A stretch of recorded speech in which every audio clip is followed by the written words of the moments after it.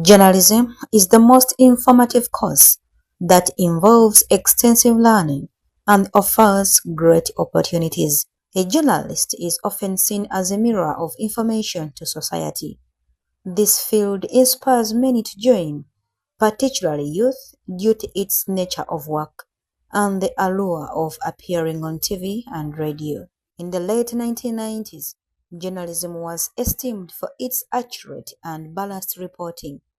However, currently, the media has lost trust in public spaces, attributed to several factors. To address this, Media Focus Africa organized a media week to discuss issues and identify ways to rebuild trust within the media space. One of the most pressing concerns raised was the vulnerability of female journalists to alleged sexual violence and harassment.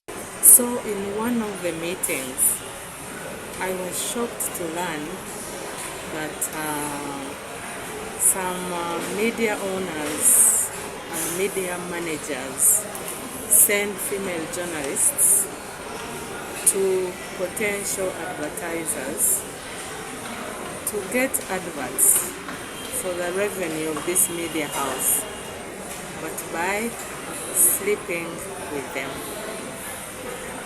I don't have the words to describe how abhorrent this is, because female journalists do deal with sources. It's bad enough if female journalists are sent to sources to get stories in that bad way.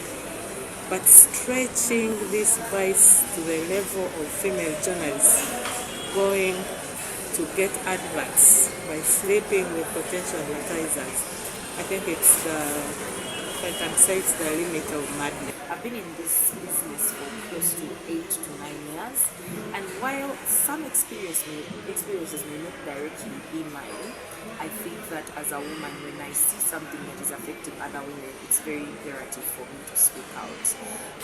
Last year, ACME, together with Akina Mama Africa, had an exhibition, and prior to that, they had a research, and this research showed that a number of women in the newsroom are actually sexually abused. They are sexually harassed and taken advantage of, and they were saying that out of every 5 women, about 1 or 2 have experienced sexual violence. And they also quoted and talked about the fact that most of the people that are subjecting them to sexual abuse are actually their superiors and their bosses. Many young girls have been exploited in the newsrooms. We've heard stories of women being traded for business in the newsrooms. We've heard of bosses at different levels. I will not say editors, because sometimes it's not just editors, it goes beyond that to media owners and all that. We've had allegations of these young girls being sent out to trade their bodies for business, meeting these clients, probable clients,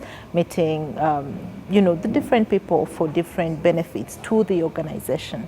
This is way so wrong, and it's one of the things that we address very strongly as SCWJ as we fight for the voices and rights of female journalists. The resurgence of a lot of vulnerability for female media practitioners or journalists across the board, those that go to the field to report stories and those that remain within media houses to do in-house media work, from either their bosses or from the sources and other people who hold offices of power.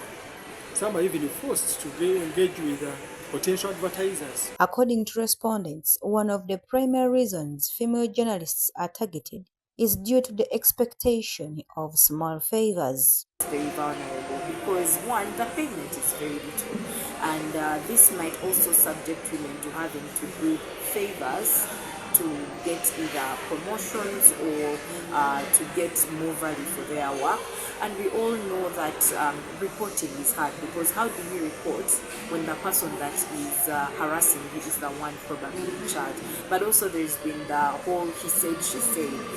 How do you prove that you're actually being harassed? And so these are some of the things we encounter in the newsroom.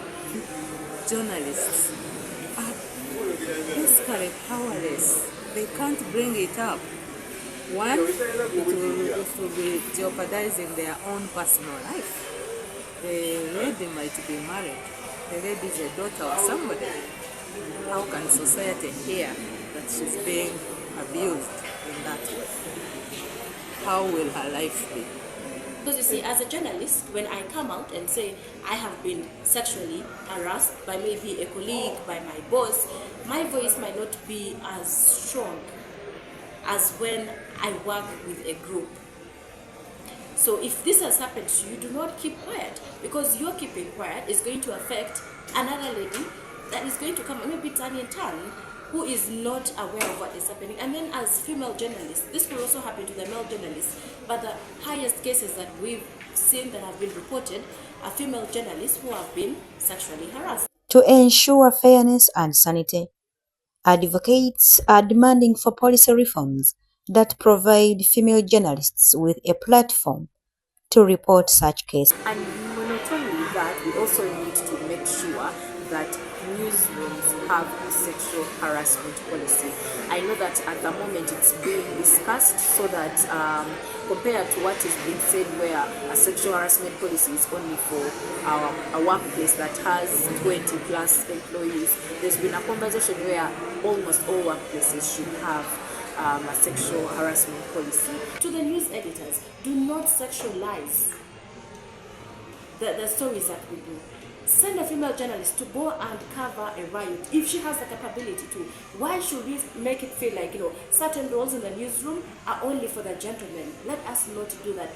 It's from there that we empower the gentlemen that harass the female journalists. And these are issues that need to be addressed. There are so many of these, like we've discussed, that are putting women journalists down and pushing them out of the newsroom. But one thing we need to address is how friendly is the newsroom to these female journalists? That's the vulnerability we are talking about. How can the law protect us? How can the Uganda Communications Commission, for example, build in the law sanctions for a media manager or a media owner who takes that? Discussions also focused on combating disinformation, strengthening youth and women's voices in the electoral process, and prompting professionalism in the media space. The event culminated in the launch of the Uganda Journalism Awards 2025. Nagujja Serena, NSTV. Fail. 2025.